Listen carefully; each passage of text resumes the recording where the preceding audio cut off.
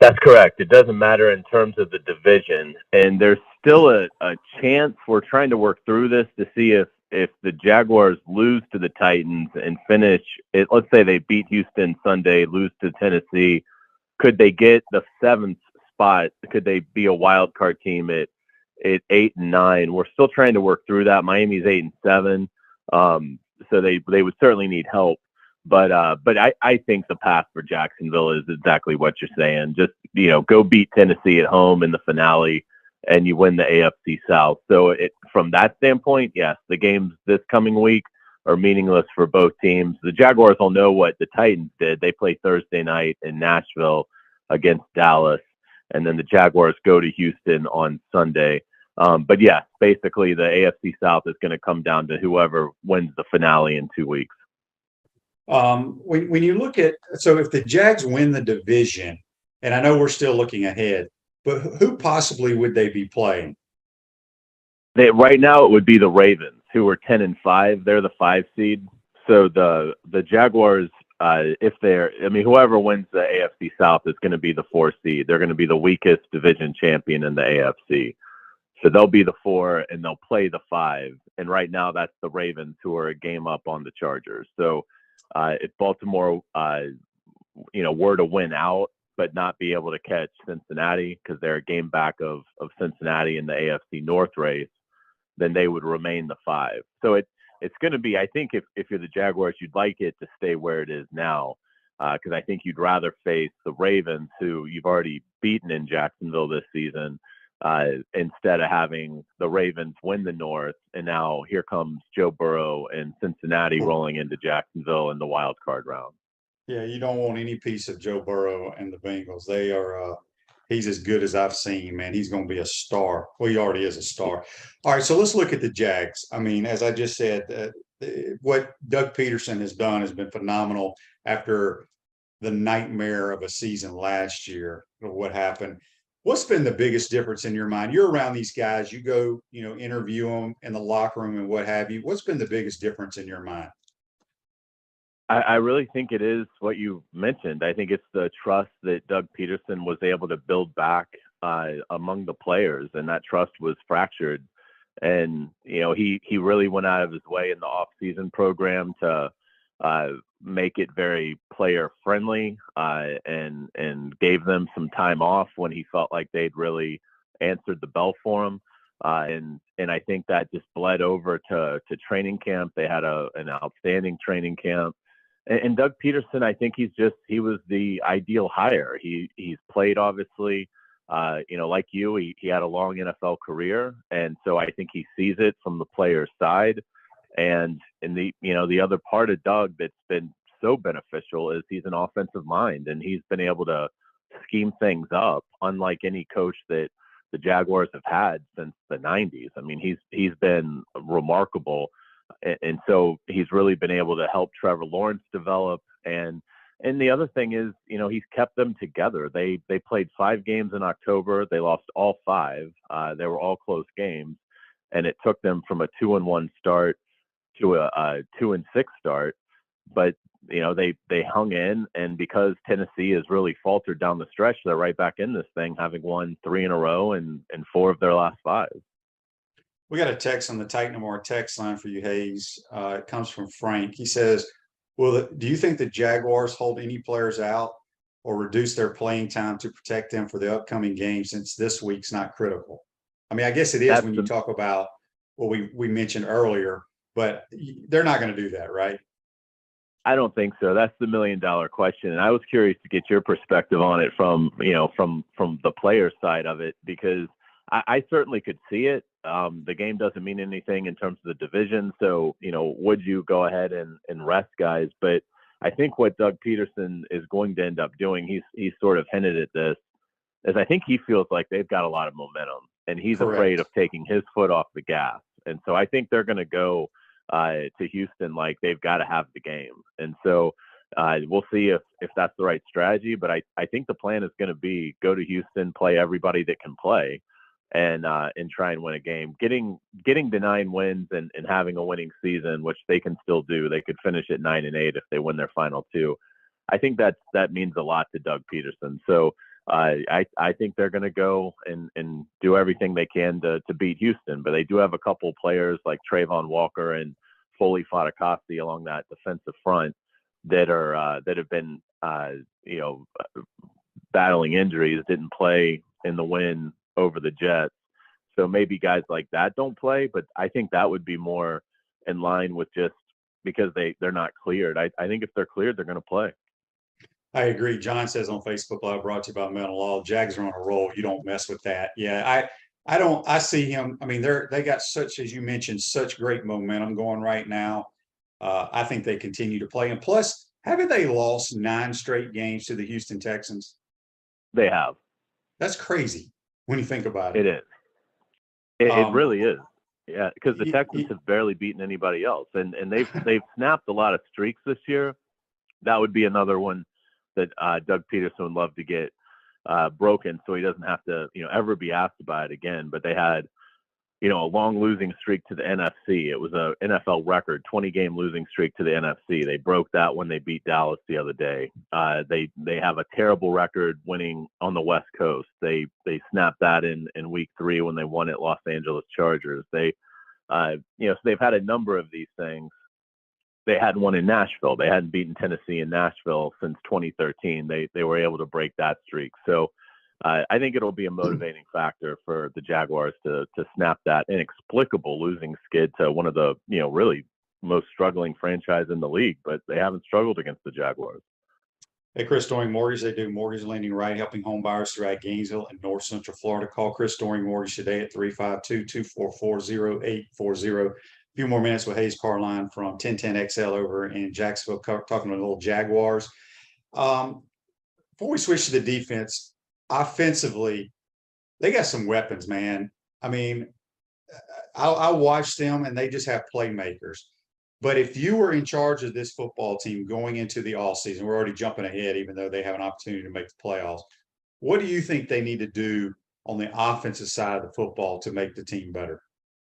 Yeah, it's a great question. That they've sort of already made their I think what's going to be their biggest acquisition. They traded for Calvin Ridley right before the deadline, the talented receiver out of Atlanta who is suspended for this season because of betting on a game. So he's ineligible to play, but is expected to be reinstated in the offseason. And so Calvin Ridley will give them another big time weapon at receiver. Assuming Calvin Ridley, not playing for a year, is able to get back to the form that he showed prior to the suspension, that would give them Calvin Ridley, Christian Kirk, and Zay Jones. That's a pretty good trio. And, you'd like to see them bring back Evan Ingram, who's on a 1-year deal here now. So in terms of adding to it, there's some that believe in the first round they could take a tight end. The Notre Dame kid Meyer makes sense, but I think they'll go probably more at corner with that pick. So I think the biggest offensive piece that they're going to be bringing in this offseason, they've already acquired in Ridley. So they don't have a ton of cap space, unlike most years. So I wouldn't think there's a whole lot else that comes offensively other than, they certainly could use a premium pick on that side of the ball and no one would complain. But really, it's going to be retaining some of the guys that they want to hold on to. Evan Ingram is going to be an interesting one. He wants to stay here, loves playing for Pederson, but he's had a nice year. He's got 68 catches for 723 yards and 4 touchdowns. Really has been hot lately. And again, on a 1-year deal, the Jaguars could franchise tag him, but it'll be interesting to see what happens there. So a lot of it really is kind of hanging on to the guys they have. They love ETN at running back. The offensive line is in pretty good shape. They'll have to make a decision at right tackle with Jawan Taylor, but they do have an in-house option in Walker Little.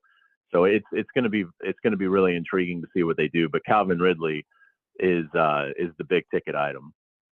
I don't follow the Jaguars closely, but I like all their weapons, as you said. And when they add Ridley to the mix, boy, that offense could be really, really good.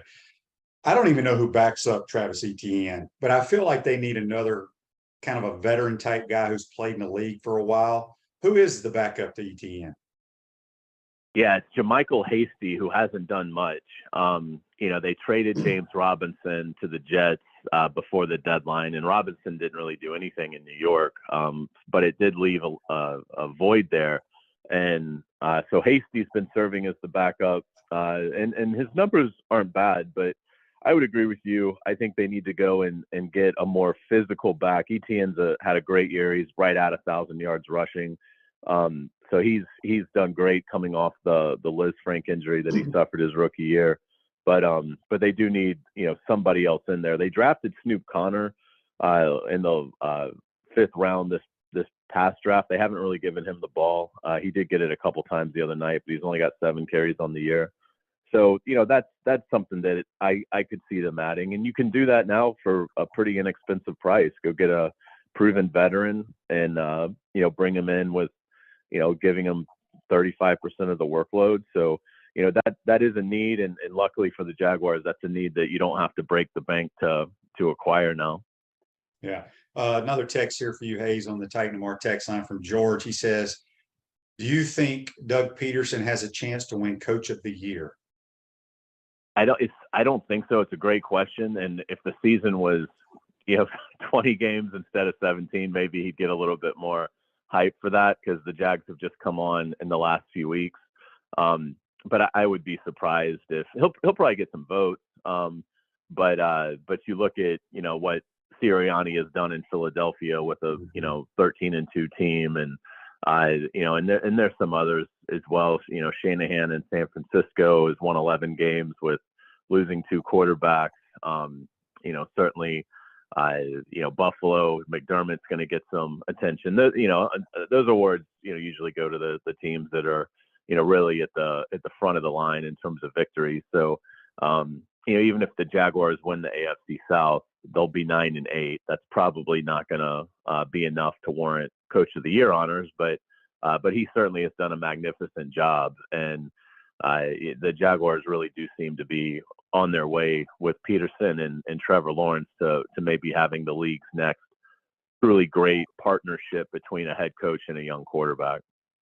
I have a question here regarding last year. Obviously, as you said, you cover the Jaguars a lot. You're in the locker rooms doing press conferences and interviews with players.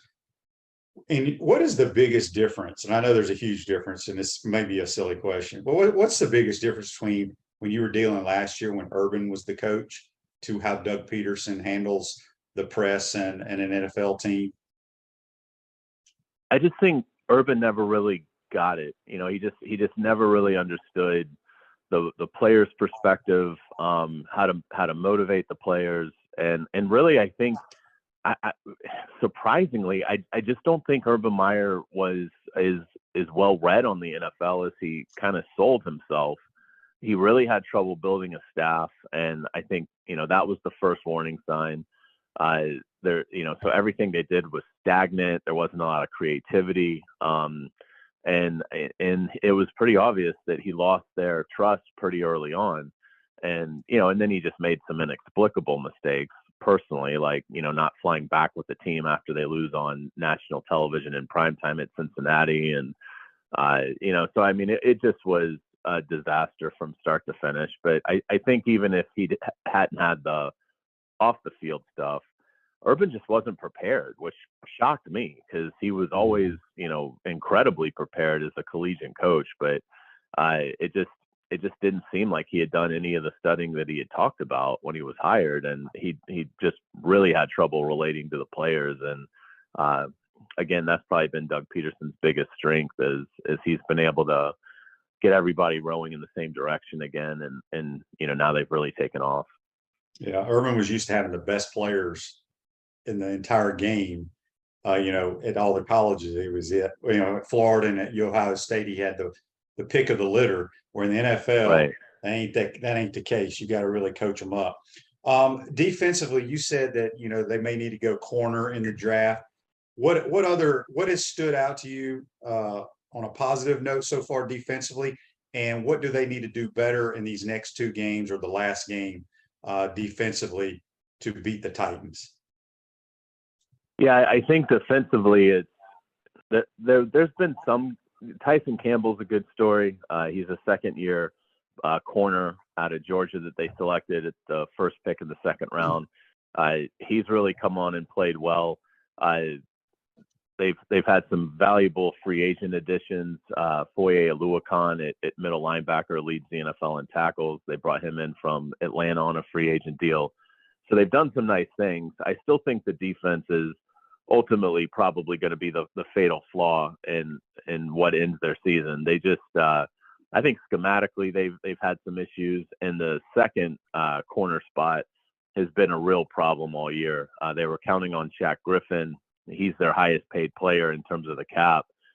He just didn't get off to a good start and then got put on IR, and they've pretty much given up on him. So it created a situation where that opposite corner spot has been a problem all year. It's been a little bit better lately because Darius Williams has done a nice job out there, but then it leaves them vulnerable at nickel. So the biggest hole on the roster is cornerback outside of Tyson Campbell. They really need to get a partner for Tyson Campbell out there to strengthen their coverage. But, they've done some nice things. Trayvon Walker, the numbers don't pop. I think he's had a nice rookie year. I think he's been disruptive. He made a huge turnover in the win in Nashville to kind of get that mini comeback started. The Titans got off to a 7-0 lead, 14-7 lead in that game. Trayvon Walker strip sacks Ryan Tannehill. Dwan Smoot recovers it. And that kind of sparked the Jaguars. They score off that turnover. And so Trayvon Walker's done some nice things. Devin Lloyd, the other first-round pick at linebacker, has started to figure some things out. So they've got some young talent there, but really need some corner help. So I think that's probably going to be the priority when we look at the draft for the Jaguars, because, again, they don't have a lot of free agent money. They're pretty tight against the cap. So they're not going to be able to go and spend big at corner. Hays, the game against the Titans in Jacksonville in 2 weeks, have they flipped it to the Sunday night game, or are they not doing that? They certainly could do that. My understanding is there's 3 windows for kind of standalone games that weekend. It's like Saturday afternoon at 4:30, Saturday night, and then Sunday night. And so the biggest competition that the Jaguars are going to have for primetime viewership in the finale is the Cincinnati-Baltimore game is week 18, and that could decide at North. There's a good chance Cincinnati is 1 game up. So if they're still a game up on the Ravens, or it could even be tied, but the only thing that could lessen that matchup is if Cincinnati has locked up the division. The Ravens are in the playoffs, so they're guaranteed of that. So there may not be anything really at stake, which would make the Jaguar-Titan game more attractive.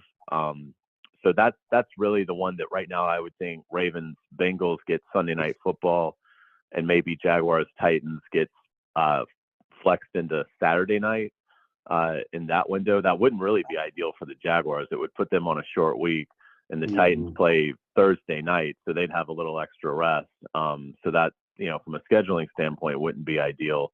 And there's some other matchups that the league could potentially look at. Tampa Bay and Atlanta might decide the NFC South, and obviously that's Tom Brady. So there is I'd say a strong chance that the Jaguar-Titans game gets flexed into an exclusive window. But I think they may even, I think that decision may have to come out today. So it's something that we might have some clarity on that at 4:00 this afternoon. What are the tickets going for right now for that game? Yeah, it's definitely spiked in the last couple of weeks. So I can't wait. I think it's going to be a phenomenal environment. Particularly, I think, since people know they have 2 weeks notice that the game is going to be for the AFC South title. Nothing that, like we talked about earlier, nothing that happens this weekend is going to take that off the table. So, you wanted meaningful football in Jacksonville. This is about as meaningful as it gets in terms of the regular season. You're playing your arch rival in your house for a chance to win the division. You got to think that crowd is going to be incredibly intense and jacked out of their mind. So I can't wait. I think it's going to be a tremendous environment in Jacksonville. And, unlike a lot of these games, the Titans fans don't really travel, so it should be all teal and black, not almost a neutral field environment like the Jaguars had, several times, but most recently when they beat Dallas. Yeah. Before we let you go, switch gears to college football. The Gator Bowl is being played Friday afternoon, I think 3:30, Notre Dame, South Carolina. Should be a great turnout. Have those fans started rolling into Jacksonville yet? Yeah, and that's awesome that you're broadcasting the game with Frank Frangie. That'll be a lot of fun. I think South Carolina really is going to turn out in massive numbers, which will be very exciting. And I have to think Notre Dame's going to have a pretty good amount of fans there as well. So, in terms of bowl game environments, I think you guys got a phenomenal matchup there because South Carolina, is obviously incredibly excited about their direction as they should be with wins over Tennessee and Clemson, and Notre Dame shook off a tough start to the season to rally. So yeah, that should be a great game. And, absolutely, I think you're going to see a lot of excited Gamecocks in Jacksonville. Yeah, it should be a lot of fun. Hays, appreciate your time. Let everybody know you're on with Frank Frangie in the afternoons, but I know you write a bunch of articles that are probably on websites, on Twitter, all that good stuff, how people can read your work. Thanks, Shane. Yeah, you can find my blogs at 1010xl.com. And, you can listen to the Frangie Show. We're on 3 to 6. Every day. We've got some vacation this week, but normally when we're all there, it's 3 to 6 p.m. Monday through Friday. Good stuff, my man. Appreciate it. Happy New Year. Happy New Year, Shane. Thanks so much. Take care. Yep, that's Hays Carlyon joining us on the Titan MRI hotline. We appreciate him taking the time to talk a little Jags. A lot of excited Jag fans around the country and over in Jacksonville. We're going to take a quick time out, come back. We'll be joined with a guy that excited a lot of Gator fans back in the day.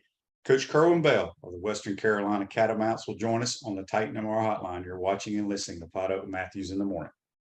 We want to take this moment to thank our sponsors who keep the show going and pay the bills. Our premium sponsors are Crime Prevention Security Systems, large enough to serve you, small enough to care.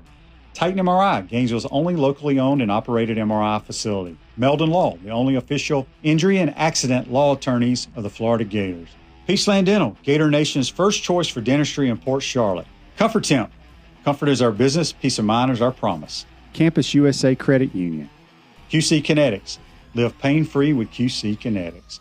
Dave & Buster's. Eat, drink, play, and watch. Our gridiron sponsors are Auto ER, UF Bookstores, Celebration Point Town Center, Chris Doring Mortgage, Silverback Concrete Co., Ruse Ogre State Farm Insurance, Doreen Wibby, Realtor Caldwell Banker, MM Parish. Our touchdown sponsors are Adams Ribs, Gator Dominoes, Celebrate Primary Care, Gator Bait Media, Okido America, Style Cuts, Ironwood Golf Course, Big Mills Cheesesteak, McDonald's of Gainesville, 84 Lumber, Tropical Smoothie Cafe, Aver and Smith, Dowling Signs, Baker's Sporting Goods, Silver Q Billiards and Sports Bar. If you're interested in promoting your business on the show, call Freddie at 352-284-3733. If you like what we're doing here, make sure to follow us and support the businesses that support us. Welcome back to the Crime Prevention Security System Studios, large enough to serve you, small enough to care. Celebration Points, where the Gators go to celebrate, with premium brands like Nike, International Diamond Center, Dave & Buster's, Palmetto Moon, Escape Apology, Visor's Rooftop, and the HBC's restaurant, Spurrier's Gridiron Grill, the #1 celebrity polished casual restaurant in America. We'll see you at Celebration Point, where the Gators go to celebrate. We're going to head back to the Titan MR Hotline now. We're going to be joined by former Gator and now the head football coach of the Western Carolina Catamounts, Coach Kerwin Bell. Good morning, Kerwin. How are you, my man? Good morning, Shane. Doing good. Doing good. A little cold up here, but other than that, doing okay. I wanted to get you on. Obviously, you're in year 2 at Western Carolina. Much improved from year 1, although you only had about a month or 2 to prepare because you were hired after spring ball. Just talk a little bit about your season and how your program has progressed. Well, we're excited. You know, we just finished up our early recruiting this year, and looks like we may be first in the SoCon and recruiting again this year. We in our first year after 1-10 team. We came in and we had the number 1 class in the SoCon in recruiting. And so we're excited about the 2 classes that we've put together. Some of those guys from the first class played this year for us.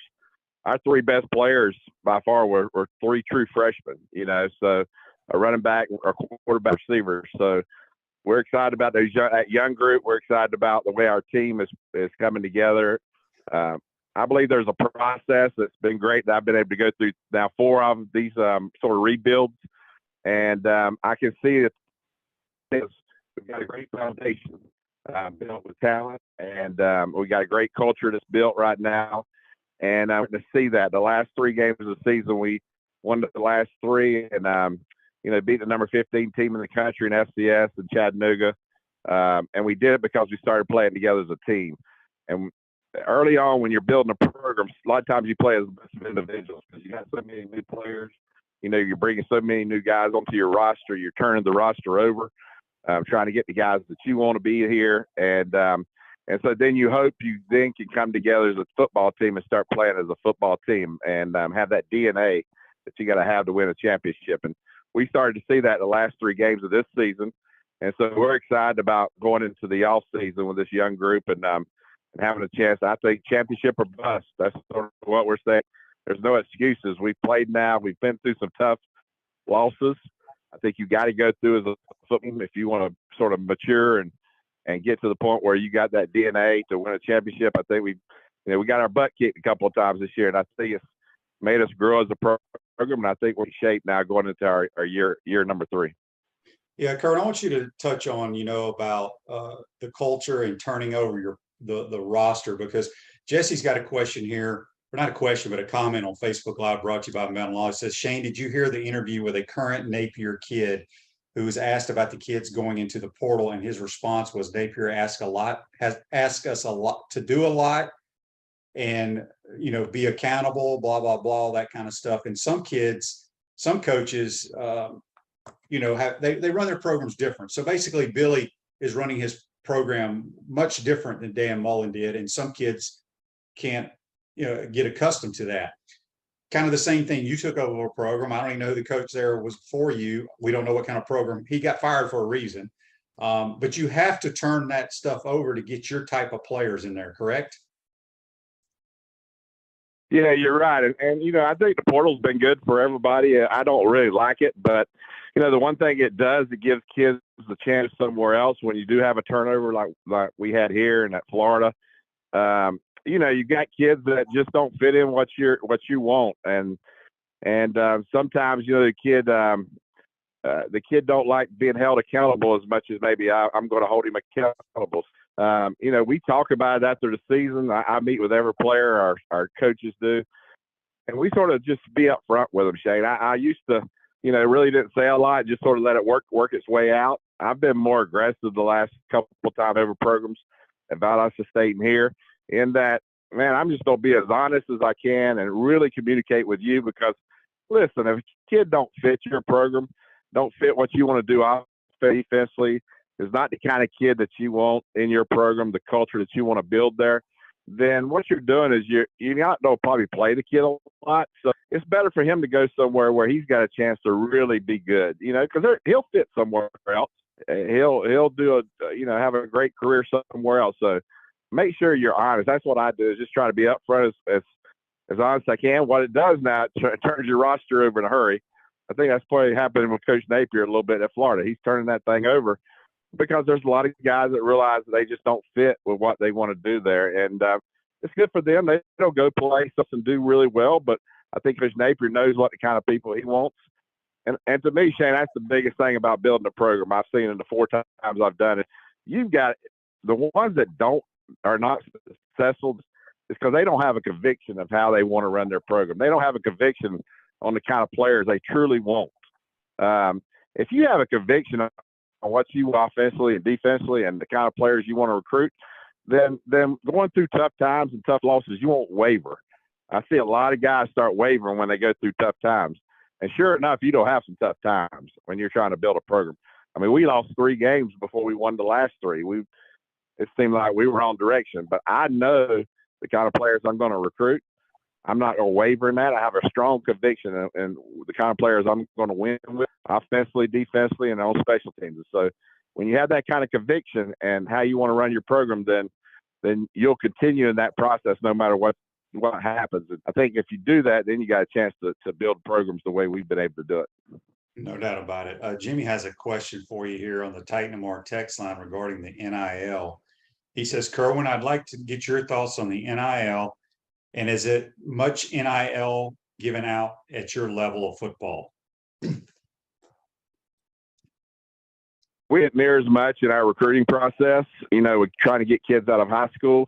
That very seldom hardly comes up. I mean, we've had some questions from parents, but there's not a war going on, as far as handing out money at this level.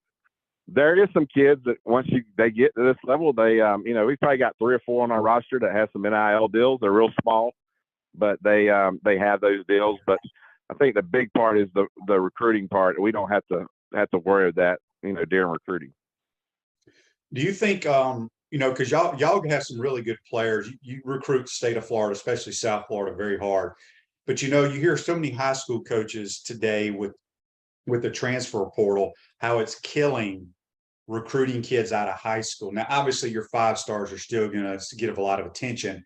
But, those those gems that are hidden there that the big boys in the past would have taken a chance on, whereas now they're taking an established player out of the portal. Are you able to pick up some of those kids because of the transfer portal kind of hurting high school recruiting? Well, Shane, that's what I think. I think that the big thing when you go to any university, what you got to do is you got to find your niche. If you're just out there looking around and just happen to recruit a guy here or there, and you don't understand what your niche is or where you're going to be really successful at, you got to find that. And every university is different. When I got here, I started first thinking portal maybe because it was something new. It was something maybe we could attract players to come. I started seeing right away Chattanooga and some of those teams were getting better portal players. Sanford, they got a great grad program, so they get a lot of great grad students. I seen where we really started, our sort of niche was getting those high school kids.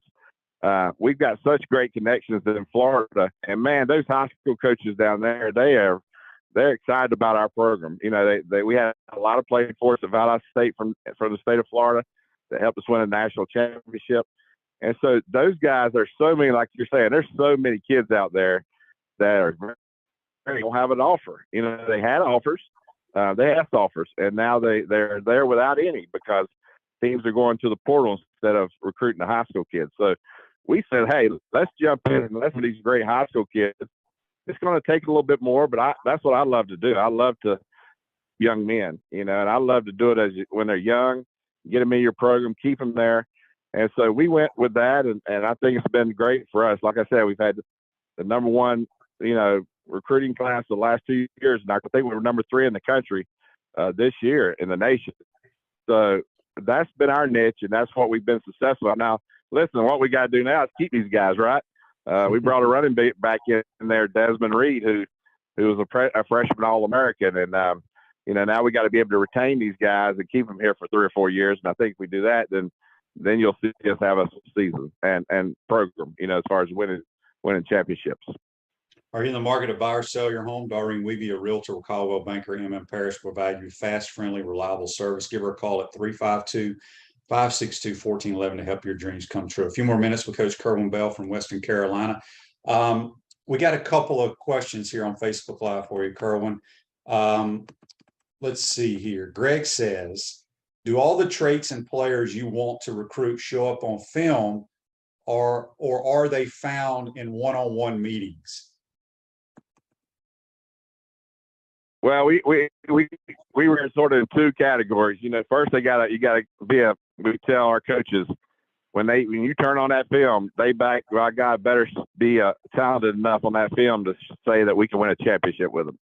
I'm not a stretch or reach for anything. We want a kid that we know can help us physically, talent-wise, win a championship for us. But then that's just the start of the process, Shane.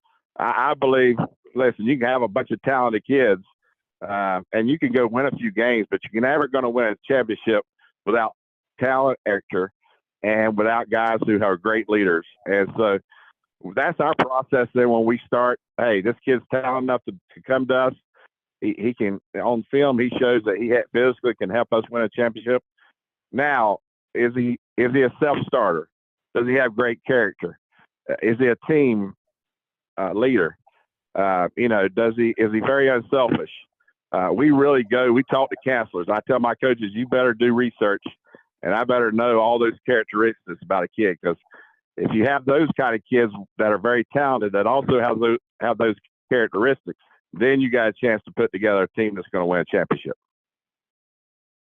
John asked here on Facebook Live, brought to you by Mellon. Kerwin, what is the hardest position to evaluate and project to the next level? Well, I was talking to my son, Cage, we recruit these quarterbacks, Shane, this, is that, man, you see the physical ability, you see the arm talent, but that it factor, that is something that, man, you just cannot, you sort of find out, he's tough and he's got some of those intangibles that you're looking for. He's a leader, all those things, but there's something about this thing at quarterback. I don't think you can coach it. I don't define it until you get him here and you get him around your team and see how you interact out when it's tough and you're in a tough game, and how a guy can come through for you. That's that it factor, and we think we got one, man. He's from, Billy Gonzalez's son. Man, we were called and down there in Florida, and I think he's got that it factor, and that's what I look for, because you can have all the talent in the world, but if you don't have that it factor, you're going to be just as good. That quarterback's going to be just as good enough to get you fired as a coach. But if you find that guy that has that it factor that's tough, that can get a player to play well around him, he does all those things, and great arm. And so if we do that, then we got a chance. But man, it's hard to find those guys on campus and see what see what you really got. Nat asked, Kerwin, when is the last time you looked at a player from Mayo? Oh, from Mayo. I don't know. Valdosta State, I was there that we was looking at a little bit. That was last time really had a recruited kid from there. Where are you, by the way, right now? Do you still have a bag phone? Because I can hardly hear you. Oh, I'm sorry. I'm up on the side of a mountain, Shane. So no. But do you have a real? Remember that bag phone you used to have back in the day? Shane, that was back when it first started. Nobody else had a cell phone, but me. You didn't even have one. I know you had a nice bag phone. Okay, real quick, last thing here. We got another question on the Titan Mar text line. It says, Shane, I've heard of the crazy stats of kids that go into the transfer portal and don't get picked up by anyone. I think the stat last year, only 27% of the kids that went into the portal found a new home. What are the numbers for the Gators alone? And do you see them going as Gators, maybe getting picked up at a Western Carolina, for example? So that's a good question.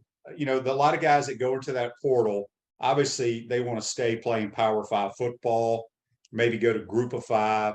But there's some that may fall through the cracks that can go play, you may be interested in. But you're not just going to take a guy because he initially played with the Gators or Florida State or somebody like that if he doesn't fit your program. Just because they're there, they may not be good enough to play for you, right, Kerwin? Yeah, I mean, what we do, so especially O-line, D-line, that's where we sort of, been, interested in players out of the portal. And yeah, if you can get a Power 5 or a G5 guy, especially on the O-line, D-line, that's a big difference. A lot of times at that level. But again, you've got to make sure they fit what you're doing. You got to have a conviction. Again, we don't just recruit players just because they from here or there. They got to fit offensive line wise what we want, which we want long. Receivers, we want fast guys. We don't care about. We're not looking for the 6'4" guys that can out-jump somebody. We want guys that can flat out run and get in and out of routes and can drop their hips and run after the catch. So there's particular type of guys we want. And I you say, listen, everybody misses. We all miss the talent. So just because the kid's at the University of Florida don't mean he can play very good.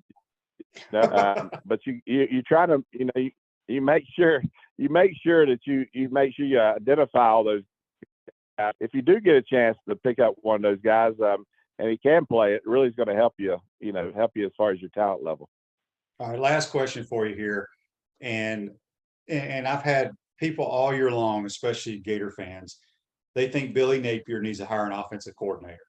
They don't think he can be a head coach, coach quarterbacks, and call plays. And I said there's plenty of people around America doing that. You did it pretty much your entire career. I think now, though, you've kind of passed the buck to your son, Cade Bell, who calls the plays. Two-part question. How difficult was that for you to let Cade take over? And secondly, it's I don't want to say it's easy, but if that's what you've done your whole life is coach, call plays, and coach quarterbacks, it's not that big a deal. And I think Billy Napier does not need an offensive coordinator. Give me your thoughts on those. Well, I think if he's done it now and he knows, he just don't have to put more time into it, right? When I was office coordinator and quarterback, there was a lot of times I stayed at the office and spent the night at the office, because my quiet time was to 10 p.m. to 2 a.m. when everybody else had left the building. So that's when I put together my game plan. I don't have to do that as much now because, like you say, carrying it over. There's one thing, Shane, I think in the last 2 years, and it's helped me be a better coach on the sideline during games, but I was involved in that play sheet, right? That play sheet, man, I would get frustrated if we weren't doing, moving the football offensively. And didn't matter what happened in the game. It was just that play sheet wasn't working, and I get so frustrated. And now I can see the game more and have I think more of an effect on what I want to get done in the game by getting rid of the play. Cade worry about that. Now he gets frustrated when we don't score every play. So, but I think also the one thing I've noticed too, Shane, in 2 years, man, head coach, we've got to go. Listen, I treat us free agents around our team, and so I went to more workout off season than I've ever gone in my life. When you're an OC, you got to go in and do off-season breakdowns, and you're working on on your offense for next year and for film and seeing how much better, can you improve. So you're involved in. This year, Cade, they ran all the meetings, and so they were an offense. And I've been there some. Also out and made sure our players got what they needed, that they were, and they understood that their coach was there, fighting for them. And I think if you're going to build a program, like I say, you got to treat every one of them. These are free agents. They got to know that you care about them and that you're there and that you want them to be the best even during the off season. And so I think the head coach, you have to do a lot out of game plans, outside of meetings. There's so much more. We've got to keep our squad where we want it to be. Yeah, no doubt about it. Well, Kerwin, we appreciate you taking the time during the holiday season here to join our program. We're going to have to make a call up there to Western Carolina University. They need to put some more cell phone towers up so we can hear you better next time. We'll do it off the Zoom next time. I'll be in my office. I'm actually I'm on the side of a mountain, Shane. I'm up here at Bear Lake. I live right off of Bear Lake. We're out in the woods a little bit. You'd love this up here, Shane. You right up your cup of tea. Yep, I'm gonna have to make my trip up there to see the catamounts. Kerwin, appreciate it, my man. Happy holidays and Happy New Year. We'll talk to you soon, bud. All right, Shane. We'll see you. Bye. All right, that's Coach Kerwin Bell joining us on the Titan MR hotline. Done a tremendous job everywhere he's been. We're going to take a timeout, come back, get to some of your comments and text, and wrap up this Tuesday edition. You're watching and listening to Pod Open Matthews in the Morning from the Crime Prevention Security System Studios. We'll be right back. We want to take this moment to thank our sponsors who keep the show going and pay the bills. Our premium sponsors are Crime Prevention Security Systems, large enough to serve you, small enough to care. Titan MRI, Gainesville's only locally owned and operated MRI facility. Meldon Law, the only official injury and accident law attorneys of the Florida Gators. Peaceland Dental, Gator Nation's first choice for dentistry in Port Charlotte. Comfort Temp. Comfort is our business, peace of mind is our promise. Campus USA Credit Union. QC Kinetics. Live pain-free with QC Kinetics. Dave & Buster's. Eat, drink, play, and watch. Our gridiron sponsors are Auto ER, UF Bookstores, Celebration Point Town Center, Chris Doring Mortgage, Silverback Concrete Co., Ruse Ogre State Farm Insurance, Doreen Wibby, Realtor Caldwell Banker, MM Parish. Our touchdown sponsors are Adams Ribs, Gator Dominoes, Celebrate Primary Care, Gator Bait Media, Okido America, Style Cuts, Ironwood Golf Course, Big Mills Cheesesteak, McDonald's of Gainesville, 84 Lumber, Tropical Smoothie Cafe, Aver and Smith, Dowling Signs, Baker's Sporting Goods, Silver Cube Billiards and Sports Bar. If you're interested in promoting your business on the show, call Freddie at 352-284-3733.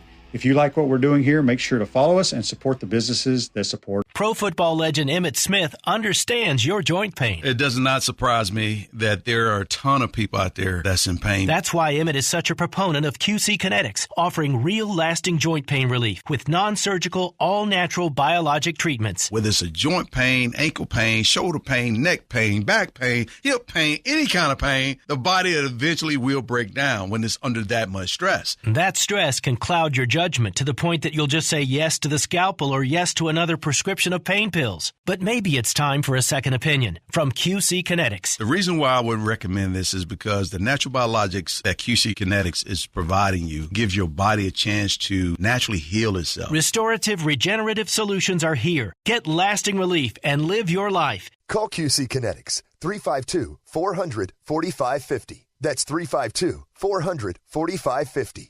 QC Kinetics 352-400-4550. Welcome back to the Crime Prevention Security System Studios, large enough to serve you, small enough to care. Ruse Ogre State Farm Office is a team of dedicated insurance professionals ready to help life go right with the right insurance options for you and your family. Visit ogreinsurance.com. Give them a call at 352-240-1779. Want to thank Hays Carlyon and Coach Kerwin Bell for joining us on the Titan Moore Hotline this day in sports, which is brought to you by our good friends at Comfort Temp. Comfort is our business. Peace of mind is our promise. Beat the summer heat. Schedule your air conditioner's tune up today, keeping you chill in the Florida heat far away. Comfort Temp Heating and Air. Call us today at 352-376-2366. This day in sports, 1991, the Cincinnati Bengals hired Dave Shula as the youngest NFL coach at age 32, the son of Don Shula.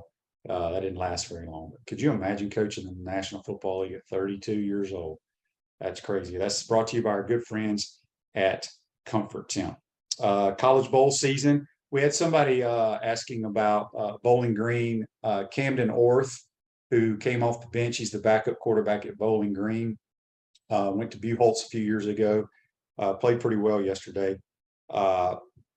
Today you have 4 games. You got the Camellia Bowl, Buffalo and Georgia Southern. The First Responder Bowl, Memphis and Utah State at 3:15. At 6:45, Coastal Carolina, East Carolina. And then a nightcap, there's no way I'll be able to watch this at 10:15 is when it kicks off. Wisconsin and Oklahoma State. So right in the bowls are heating up now. Got the national championship 14 playoff, that's Saturday. This Saturday, folks. Greg says, what kind of interaction did you have with Kerwin? How did you meet? Okay, so Kerwin was a graduate assistant in 1990 at the University of Florida under Coach Spurrier. Kerwin had played in the Canadian League, the World League, went back to school. So Spurrier gave him a graduate assistant job. So I was with Kerwin a whole year in meetings and stuff, and he's one of my closest friends. And he runs Spurrier's offense with a little bit of NFL from Lindy Infante for his days at the Colts. Really good football coach, excellent football coach. He knows quarterback play very, very well. So we've been good friends. He and I used to do what we call the swamp shooters in the off season when we were younger. It was a fundraiser for high school programs throughout the state of Florida. And I think in about 6 or 7 years, we helped raise close to $400,000 or $500,000 for athletic programs where we would bring former Gator football players to play in a charity basketball game. And so Kerwin and I started the Swamp Shooters back in the day. That was a lot of fun. Mark asked here, Shane, who do you think wins the awful NFC South, the Bucs or the Panthers? I think the Panthers are a better football team, quite honestly. I don't know the entire scenario. How I know they play this week, but I think the Panthers have to, I don't know the scenario. But boy, if the Panthers were to win the South after firing their coach mid-season, wouldn't that be something? John said, wasn't Lane Kiffin 31 when Al Davis? I think he was 35, but you may be right. Actually, my buddy Cooper Carlisle was an offensive lineman on that team, but I thought he was 35, but I could be wrong. Todd says the WCU Catamounts are on the move. Yes, they are. Appreciate you listening, Todd. And Scott says he loved the Swamp Shooters. Yeah, we were like the Globetrotters. Art says, Shane, what is holding Kerwin back from a job like UF? He's always been a head coach everywhere he's been. And once you're being a head coach, it's hard to work for somebody else. He left Valdosta State, which was probably not the smartest thing to do. He would tell you off the record, and went and was the offensive coordinator that 1 year for Charlie Strong at South Florida. And what's crazy is he had better players offensively, better skill players, just better overall talent at Valdosta State than he did at South Florida. And that they were there one and done. So anyway, hope you enjoyed today's program. And tomorrow we'll have JC and Mike Morgan get Mike's thoughts on college athletics. Basketball's heating up. I think the Gators play tomorrow, play the Auburn Tigers in the first SEC game. Greg says, who was the better basketball player, Kerwin or Shane? Me, of course. I was the best shooter on the team, clearly. Kerwin liked to back people down, and he was more of an inside player. But hope you enjoyed today's program. Be safe out there, folks. We'll see you tomorrow. Take care.